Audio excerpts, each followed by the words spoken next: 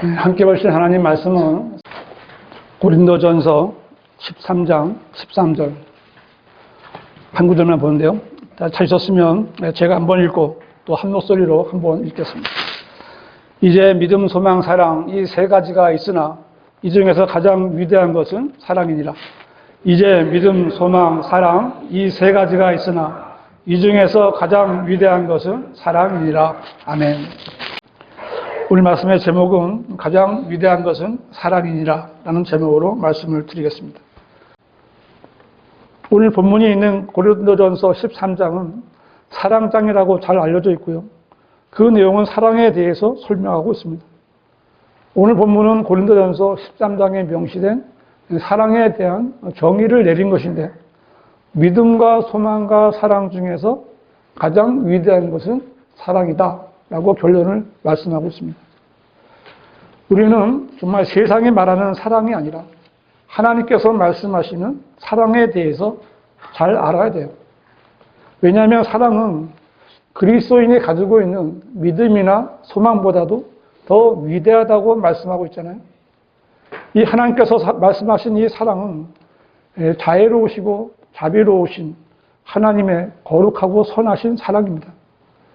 요한복음 3장 16절에 하나님께서 세상을 이처럼 사랑하셔서 그의 독생자를 주셨으니 이는 그를 믿는 사람은 누구든지 멸망하지 않고 영생을 얻게 하려 하심이니라고 말씀하셨는데 여기서 세상을 사랑하신 하나님의 사랑은 정말 숭고한 사랑이고요. 자비로우신 사랑이고요. 주시는 사랑입니다. 성경에서 사랑이라는 단어가 처음 나오는 것도 하나님께서 아브라함을 시험하시면서 내가 사랑하는 내 독자 이삭을 번제로 드리라는 것이었습니다. 즉 사랑하는 것을 주는 것이 사랑인 거예요. 그냥 말로만 사랑이 아니라 가장 사랑하는 것을 주는 거예요. 이게 사랑이에요. 하나님께서는 아브라함의 사랑하는 아들을 받으시고 그를 믿음의 조상이요 친구로 삼아 주셨고 아브라함이 바친 이삭의 실체인 하나님의 독생자이신 예수 그리스도를 이 땅에 보내셔서 사람들을 향한 하나님의 사랑을 나타내셨다라고 말씀하고 있습니다. 하나님의 사랑을 성취하시기 위해서 이 땅에 오신 독생자 예수 그리스도께서는 모든 사람들의 죄들을 제거하시는 하나님의 어린 양으로서 십자가에 달리셔서 피를 흘리시고 죽으심으로써 하나님의 사랑을 완성하셨습니다. 성경은 이러한 하나님의 사랑을 로마서 5장 8절에서 우리가 아직 죄인이었을 때 그리스도께서 우리를 위하여 죽으심으로써 하나님께서는 우리를 향하신 그의 사랑을 나타내셨느니라 라고 말씀하고 있습니다. 예수 그리스도의 십자가 사랑에서 시작된 복음을 믿는 믿음으로 죄인들은 구원받게 되었고요. 믿음으로 구원받은 성도들은 이제 하늘나라에 대한 소망을 갖고 사랑하는 주님을 만날 그날을 기다리고 있는 겁니다. 하나님께서 그분의 독생자를 주신 것은 하나님의 사랑을 나타내신 것이고 죄인이었던 사람들이 그 사랑을 믿음으로 받아들임으로써 구원을 받았고 구원받은 성도들은 하나님께서 말씀하신 모든 것들이 반드시 이루어질 것이라는 그런 소망 가운데 주님을 기다리고 있는 겁니다. 성경대로 믿는 그리스도인들에게 그래서 이 믿음, 소망, 사랑은 그 어느 것 하나 중요하지 않은 것이 없지만 성경은 말씀하시기를 이 중에서 가장 위대한 것은 사랑이다 라고 말씀하신 거예요. 하나님께서 그렇게 말씀하신 이유가 무엇인지 오늘 말씀을 통해서 확인하고 또 주님께서 원하시는 대로 자신이 받은 그 위대하신 사랑을 말씀대로 믿고 또 실행하는 성도들이 되시기를 바랍니다. 가장 위대한 것은 사랑이니라. 첫 번째로 사랑은 믿음보다 더 위대합니다. 고린도전서 13장 2절을 보시면요. 내가 예언의 은사가 있어 모든 신비와 모든 지식을 알고 또 산을 옮길 만한 모든 믿음이 있다 해도 사랑이 없으면 나는 아무것도 아니요. 예수님께서는 겨다시 하나일 만한 믿음이 있으면 산들에게 말하여 옮겨지라 하면 옮겨질 것이라고 말씀하셨어요. 이 말씀대로 산을 옮길 만한 믿음은 아무나 가질 수 없는 그런 믿음이긴 하지만 그 믿음이 있다 해도 사랑이 없으면 아무것도 아니다 라고 본문은 말씀하고 있습니다. 뿐만 아니라 믿음으로 어려운 사람들을 돕고 그들에게 자기가 가진 것 가운데 무언가를 베푼다 해도 사랑이 우선되지 않으면 즉 하나님께서 성도들에게 주신 자애하심과 자비하심이 없다면 그 믿음은 아무것도 아닌 것이 되고 마는 겁니다. 누가복음 7장에 예수님께서 카퍼나움에 가셨을 때 한 백부장이 있었습니다. 그 백부장의 총애를 받는 종이 병들어 죽게 되었는데 그 유대인의 장로들이 주님께 나와서 그 종을 고쳐달라고 말하면서 이렇게 말해요. 그 백부장에게는 이 일을 해줄만 하나이다. 그는 우리 민족을 사랑하며 또 우리를 위하여 회당을 지어 주었나이다 라고 말했습니다. 그 백부장은 자기 종을 사랑하는 사람이었고 자기가 다스리는 유대인들을 사랑하는 사람이었다고 성경은 그의 사랑을 강조해서 말씀하고 있는 거예요. 그 백부장은 주님께 한 말씀만 하옵소서. 그러면 내 종이 나을 것이옵니다 라고 고백함으로써 주님으로부터 이처럼 큰 믿음을 본 적이 없나니 결단코 없도다 라고 칭찬하시며 병들었던 그의 종을 고쳐주셨습니다. 주님께서는 그의 이 큰 믿음을 보신 것만이 아니라 먼저 그의 사랑을 보신 거예요. 사랑이 없는 믿음은 큰 믿음이 될 수 없는 거예요. 마태복음 15장에도 자기 딸이 마귀에게 고통을 받고 있는 한 가난한 여인이 주님 앞에 나와서 경배드리며 주여 나를 도와주소서라고 간청했지만 주님께서는 자녀들의 빵을 가져다가 개들에게 던져주는 것이 옳지 않도다라고 말씀하시고 그 여인을 개처럼 취급하는 말씀을 하셨습니다. 그런데 그 여인은 그러하옵니다 주여 그러나 개들도 그들 주인의 식탁에서 떨어지는 부스러기를 먹나이다 라고 대답했고 그러자 주님께서 오 여인아 내 믿음이 크도다 내가 바라는 대로 될지어다 라고 대답했고 그 여인의 딸을 고쳐주셨습니다. 주님께서는 이 여인의 믿음도 크다고 말씀하셨지만 이 여인이 주님께 자비를 베풀어 주실 것을 간청한 것과 또 자기 딸을 사랑하는 여인의 사랑을 보시고 그 여인의 청을 들어주신 겁니다. 사랑이 없이는 믿음이 생기지 않는 거예요. 믿음의 근원이 되는 것은 사랑입니다. 성경에는 믿는 사람에 따라 바람에 밀려 요동하는 바다 같은 믿음이 있고 또 작은 믿음이 있고 큰 믿음이 있다고 말씀합니다. 산을 옮길 수 있는 믿음은 하나님의 능력을 믿는 믿음이에요. 그래서 이렇게 믿음은 하나님께서 사람들에게 주신 선물 가운데 하나입니다. 그 믿음이라는 것은 하나님을 신뢰하는 것이고 또 하나님을 기쁘시게 하는 거예요. 왜냐하면 믿음으로 진리이신 하나님의 말씀을 받아들임으로 믿음이 시작되는 거잖아요. 신뢰하여. 그리고 믿음으로 진리이시고 하나님의 사랑이신 예수 그리스도를 받아들이는 거예요. 선물을 주는 사람은 선물을 받는 사람으로 인하여 기쁨을 누리는 겁니다. 선물을 받은 자녀가 기뻐하는 것을 보는 부모는 선물을 받는 자녀보다 더 큰 기쁨을 누리는 겁니다. 보통 우리 그리스도인들은 이렇게 믿음이 가장 위대한 것이라고 생각하는데요. 이것은 잘못된 것은 아니에요. 우리에게 믿음이 없다면 어떻게 구원을 받고 하나님의 말씀을 믿는 믿음이 없다면 우리가 지금 드리는 경배가 무슨 의미가 있겠습니까?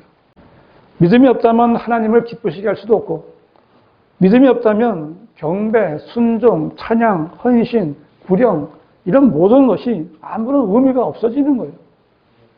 믿음이 없는 사람은 아무런 변화도 있을 수 없고 어떤 가치도 있을 수가 없는 겁니다. 그리스도인들만이 아니라 성경에 기록된 모든 세대에 걸쳐 믿음이란 성도들이 갖춰야 할 실제적인 요소가 되는 거예요. 믿음의 장이라고 하는 11에서 11장이 있는데요. 11장은 어떻게 돼요? 아벨, 노아, 에녹, 아브라함, 다윗 이 많은 원로들의 믿음으로 행한 행위들과 결과들이 기록되어 있는데 그들은 믿음으로 좋은 평판을 들었다라고 말씀하고 있어요. 그러나 이 믿음에서 제외되는 예외적인 그런 시대가 있어요. 바로 인간이 타락하기 이전인 창세기 1장과 2장 또 예수님께서 재림하신 이후인 요한계시록 20장부터 22장까지, 즉 천년 왕국과 영원 시대입니다. 이때는 믿음이 필요 없는 시대예요. 왜냐하면 이때는 성도들이 하나님을 직접 눈으로 볼 수 있는 그때이기 때문에 특별히 믿음을 행사할 필요가 없는 시대입니다. 히브리서 11장 1절에 믿음에 대해서 말씀했는데 뭐라고 그래요? 이제 믿음은 바라는 것들에 대한 실상이요 보이지 않는 것들에 대한 증거니 그랬어요. 그러니까 우리가 눈으로 보는 것을 믿는 것은 믿음이 아닙니다. 믿음은 성경에 기록된 예언들이 이루어질 것이라고 하나님의 말씀을 신뢰하는 겁니다.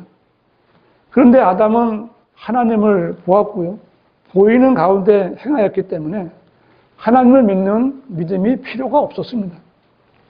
아담은 하나님께서 말씀하신 그대로 그 금지된 열매를 먹지 않으면 되는 것이었기 때문에 무슨 큰 믿음이 요구되는 것이 아니었어요. 그냥 말만 들으면 되는 거예요. 마찬가지로 천년왕국 때에는 아들 하나님이신 예수 그리스도께서 육체를 입고 눈에 보이게 이 땅에 계실 것이고 사람들은 그분을 보는 가운데 행하는 겁니다. 그때는 성경대로 기록된 예언들이 다 이루어진 때이기 때문에 더 이상의 믿음이 요구되지 않는 거예요. 물론 예수 그리스도께서 출입하셨을 때에도 사람들은 예수님을 눈으로 봤습니다. 하지만 그때는 사람들이 믿음을 가져야 됐어요. 왜냐하면 그때 예수님 당대의 믿음은 앞에서 본 대로 예수님께서 무언가를 행하여 주실 것을 믿는 믿음, 병을 낫게 해주실 것이다. 이런 믿음이 있어야 되고요. 또 예수님께서 말씀하신 것을 그대로 믿는 믿음이 필요했고요. 또 아직 이루어지지 않은 어떤 일들에 대한 믿음이 필요했습니다. 예수님께서 출입하셨을 때는. 그래서 예수님께서는 그 중풍병자를 메고 온 네 사람의 믿음을 보시고 그 중풍병자의 병을 고쳐주셨어요. 어떤 아버지가 마귀가 들린 아들을 데리고 가서 제자들에게 고쳐달라고 했지만 제자들은 그 아들을 고쳐주지 못했습니다. 예수님께서 그 아이에게서 마귀를 쫓아내시자 제자들은 주님께 와서 어찌하여 우리는 그를 쫓아내지 못하였나이까? 라고 물었을 때 주님께서 뭐라고 했어요? 너희가 믿지 않았기 때문이다 라고 말씀하셨어요. 제자들이 믿지 않았다라는 것이 이상하게 들릴지 모르지만 제자들은 실제로 예수님이 말씀하신 것, 예수님께서 죽었다 살아날 것이다. 이 말도 안 믿었어요. 부활하신 것도 믿지 못했습니다. 그리고 이제 그 제자들이 도마에게 예수님이 부활했다. 도마도 그 말을 믿지 못했습니다.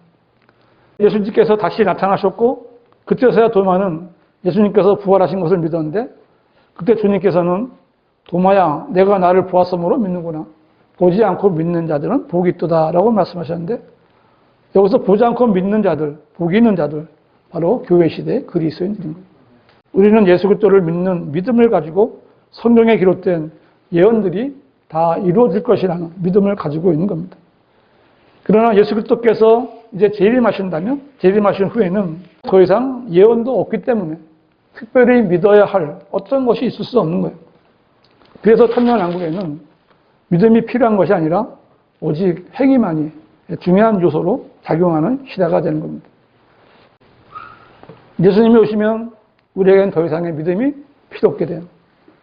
그러나 우리를 사랑하시고 구원해 주신 예수님을 보고 사랑할 수밖에 없겠죠. 눈으로 보고 사랑할 수밖에 없는 거예요. 주님께서 약속하신 모든 것들이 완성되고 우리에게 주어진 복을 누릴 때 더욱더 주님을 사랑할 수밖에 없을 겁니다. 그래서 사랑은 믿음보다 더 위대한 것이 되는 겁니다. 그러나 지금은 믿음이 필요하고 믿음의 행위가 필요한 때입니다. 억지로 하는 것이 아니라 사랑하는 마음으로 온전한 믿음을 행사함으로써 위대하신 하나님의 사랑을 전하는 성도들이 되시기를 바랍니다. 가장 위대한 것은 사랑이니라. 두 번째로 사랑은 소망보다 더 위대합니다. 믿음으로 말미암아 은혜로 구원받은 그리스도인들에게는 다른 사람들이 지니지 못한, 다른 사람이 갖지 못한 소망이 생긴 거죠. 로마서 8장 24절 한번 보시겠어요? 로마서 8장 24절.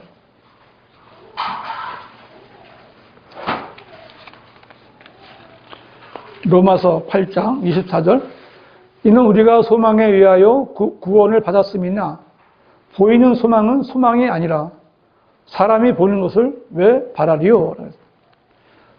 이 말씀은 우리는 구원받았지만 그것을 아직 보지 못했습니다. 그 말씀이에요. 우리의 혼이 구원받았고 몸의 구원이 보장되어 있다는 것을 확실히 알고 그것을 소망은 하고 있지만 아직 그것을 보지 못하고 있습니다. 그러므로 그리스도인이 바라는 것은 혼의 구원이 아니라 몸의 구속이에요. 몸의 구원이에요. 몸의 구원은 아직 이루어지지 않았고 다만 앞으로 이루어질 것을 바라고 있기에 그것은 소망으로 간직되어 있는 거예요. 우리가 소망 가운데서 몸의 구속을 바라고 있는 것은 그것이 아직 눈에 보이지 않기 때문입니다. 그러나 이 소망은 우리가 가진 믿음의 완성이 되는 거예요. 우리가 가진 믿음의 동력은 소망이에요. 교회 다니는 사람들에게 왜 교회에 다니십니까? 물었을 때 구원받기 위해서라든지 아니면 복을 받기 위해서라거나 이와 비슷한 말을 들을 수 있는데 하지만 그리스도인의 소망은 예수를 쫓겨서 왕으로 오셔서 다스리실 때 공동 상속자로서 주님과 함께 왕들과 제사장으로서 통치하는 거예요. 차원이 다른 겁니다. 거듭난 그리스도인들은 이 땅에서 주 예수 그리스도와 복음을 위해 고난의 동참자로 살다가 죽음 이후에는 그 몸이 다시 부활하거나 혹은 죽지 않고 주님 같은 몸으로 변모돼서 그분과 영원히 산다는 복된 소망 가운데서 사는 거예요. 그것이 그리스도인의 숨은 보화이며 지혜이고 또 어려운 고난을 이겨낼 수 있는 힘이 되는 겁니다. 정말 어려운 주체만한 파도가 우리를 향해 달려들어도 그리스도인은 두려워하지 않는 이유가 있는 거예요. 어떠한 상황에서도 얼굴에 미소를 잃지 않고 항상 기뻐할 수 있는 여유는 어디에서 나오는 걸까요? 죽음의 눈앞에 다가오더라도 하나님께 엎드려 경배드리는 사람은 누구일까요? 이 고난이 닥쳤을 때 그리스도를 아는 사람들과 알지 못하는 사람 사이의 차이점에 대해 생각해 본 적이 있으십니까? 죽음이 가족을 갈라놓는다 할지라도 다시 만난다라는 사실을 믿는다면 이러한 소망은 온 가족이 모두 가지고 있다면 죽음 앞에 무슨 슬픔이 있어서 그렇게 많은 눈물을 보이겠어요? 그리스도인은 죽어도 다시 살아날 수 있고 무엇보다도 주님을 다시 만난다는 소망을 가졌기 때문에 이 세상이 주는 명예와 쾌락과 재산과 친구까지도 다 버릴 수 있는 거예요. 구원받은 그리스도인은 예수님을 만나는 그런 복된 소망을 가지고 있는 겁니다. 만일 구원받았다고 하면서도 이런 소망이 없이 아직도 이 세상에 있는 것들에 더 많은 관심을 가지고 있다면 그런 사람은 정말 자신이 구원받았는지 자신을 스스로 시험해보고 입증할 수 있어야 돼요. 그리스도인은 그리스도의 심판석에 서게 되는 거예요. 그 자리에서 그리스도인이 한 일에 대해서 상을 받고 면류관을 받는 겁니다. 이것이야말로 성도들에게 큰 소망이 되는 겁니다. 디모데후서 4장 8절에 이후로는 나를 위하여 의의 면류관이 마련되어 있어 의로운 재판관이신 주께서 그날에 그것을 내게 주실 것이며 또 나뿐만 아니라 그의 나타나심을 사모하는 모든 사람에게 주실 것이다. 데살로니가전서 1장 2장 19절은 우리의 소망이나 기쁨이나 자랑의 면류관이 무엇이냐? 그가 오실 때 우리 주 예수 그리스도 앞에 있을 너희가 아니겠느냐? 이렇게 말할 수 있는 이런 소망이 있는 사람이 얼마나 있겠습니까? 사도 바울은 이러한 소망에 대해서 여러 번 성도들에게 강조하고 위로하고 있는 거예요. 그런데 주님이 오셔서 주님과 같이 있게 된다면 이제 이 소망은 더 이상 필요가 없게 된 거예요. 끝난 거예요. 그리스도의 심판석이 끝나고 주님과 함께 어린 양의 혼인식이 끝나고 이 땅에 내려오게 되면 더 이상 소망도 필요가 없는 겁니다. 주님이 오셔서 천년하고 시대가 되면 더 이상 소망을 갖는다거나 소망을 이루기 위한 소망의 인내 이런 거 없어요. 소망에 대한 진리의 지식을 알기 위해서 성경을 공부할 필요도 없는 거예요. 그러나 지금은 진리의 말씀을 올바로 나누어 공부하라는 명령 아래 있는 거예요. 그때가 오기 전까지는 열심히 공부해야 돼요. 그래야 소망이 있는 거예요. 알아야 소망이 생기죠. 알지 못하는데 무슨 소망이 있겠어요.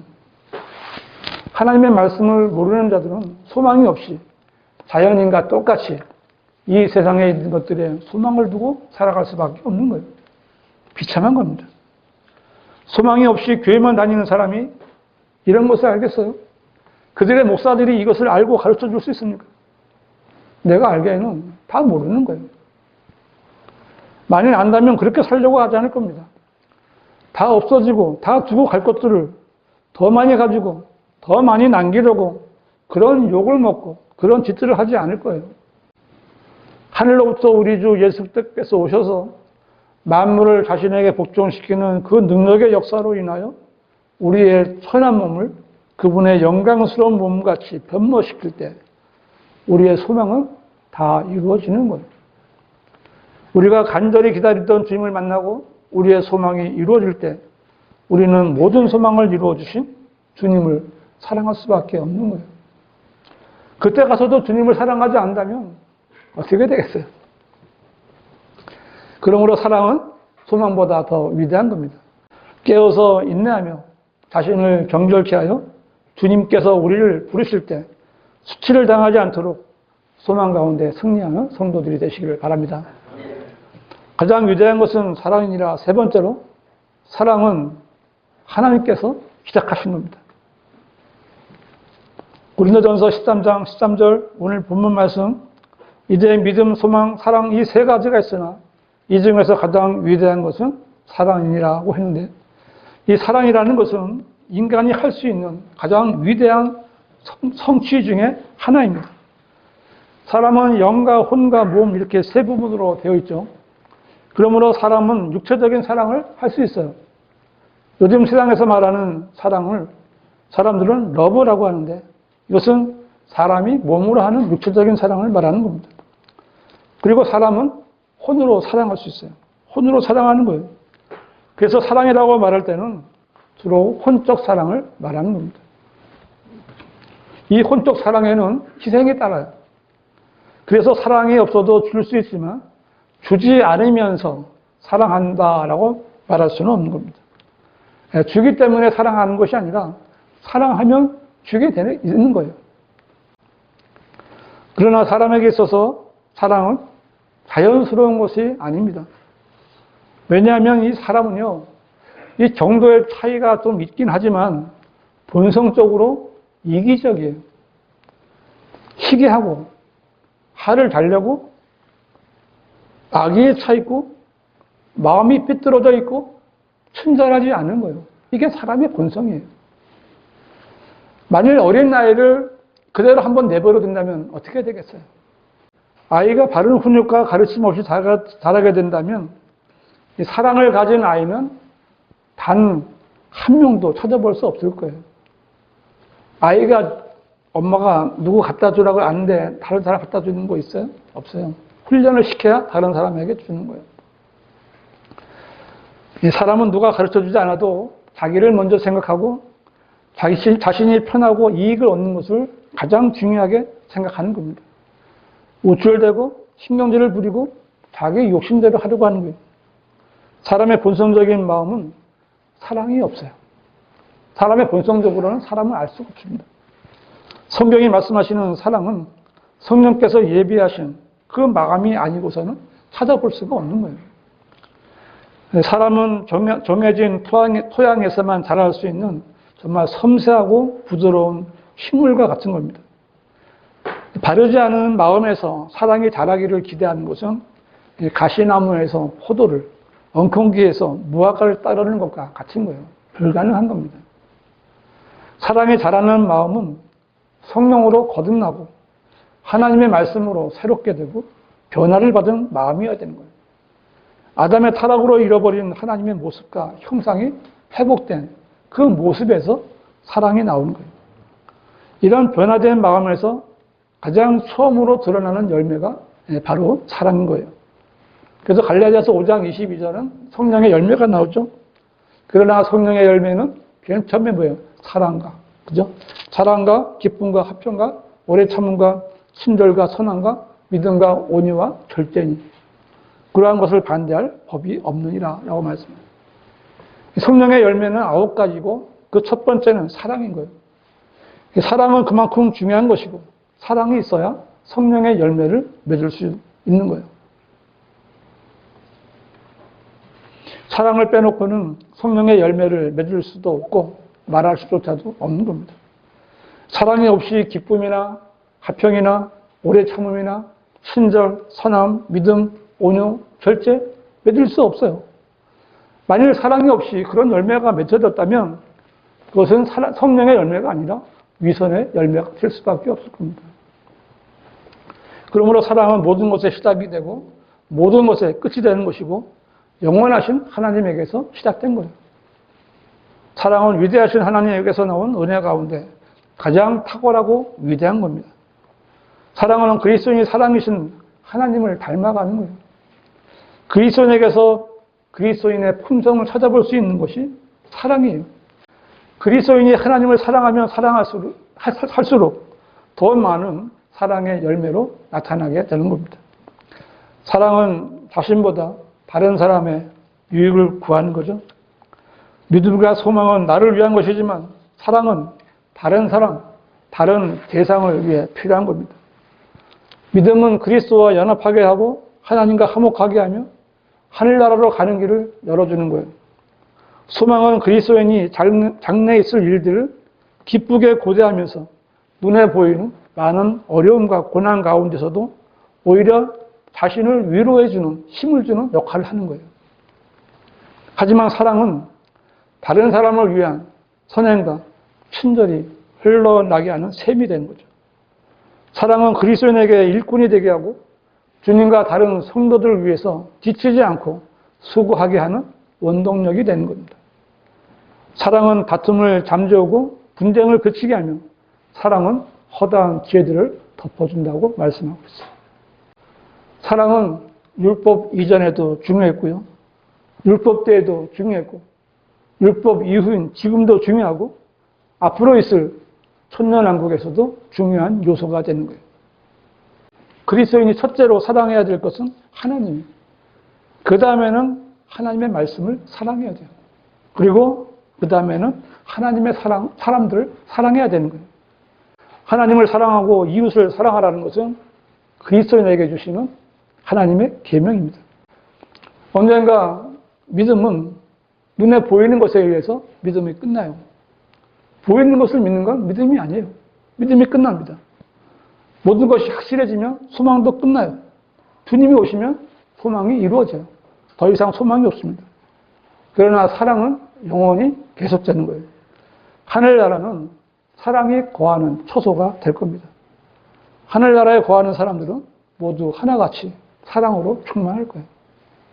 그곳에서 사랑은 조금도 줄지 않고 더욱더 풍성해질 것이고 조금도 사라지지 않으며 영원할 겁니다. 그러므로 사랑은 믿음이나 소망보다 더 위대한 것이니라 말씀하신 겁니다. 결론적으로 믿음도 중요하고 소망도 귀합니다. 그러나 사랑이 없으면 믿음도 소망도 아무것도 아닙니다. 믿음이나 소망은 이 시대에는 귀하고 위대하지만 그분이 오시면 더 이상 믿음도 소망도 필요치가 않습니다. 그분이 오시면 모든 것이 온전하게 완성되기 때문에 그렇습니다. 그러나 사랑은 영원히 시들지 않습니다. 여러분은 주님을 사랑하십니까? 하나님의 말씀을 사랑하십니까? 여러분의 옆에 있는 성도들을 사랑하십니까? 그리스도인은 이 세상 사람들이 생각하는 그런 나눔이나 그것보다는 한 차원 높은 차원에서 사랑을 실천해야 되는 거예요. 예수님께서는 제자들에게 이런 사랑을 가르쳐 주셨어요. 마태복음 5장 46절에 있는 말씀인데요. 만일 너희가 너희를 사랑하는 사람들을 사랑하면 무슨 상을 받으리요? 세리들도 그같이 아니하느냐라고 말씀하셨어요. 사랑할 수 있는 사람만 사랑한다면 그것은 사랑이 아니라고 하신 거예요. 그래서 사랑은요, 저절로 생기는 것이 아니라 정말 부단한 연습과 실천을 통해서 자라가는 하나님의 은혜 가운데 하나입니다. 사랑은 사람에게서 나온 것이 아니라 하나님에게서 나온 것이기 때문에 가장 위대한 것이에요. 사랑의 원천이신 하나님의 말씀대로 행하는 것이 사랑의 수고라고 말씀하셨습니다. 하나님께서 하신 일을 믿게 하고 소망을 갖게 하는 일이 사랑의 수고예요. 우리의 생애 가운데 영원히 남겨줄 유업인 이 사랑을 쌓아가는 성도들이 되시기 바랍니다. 기도하시겠습니다.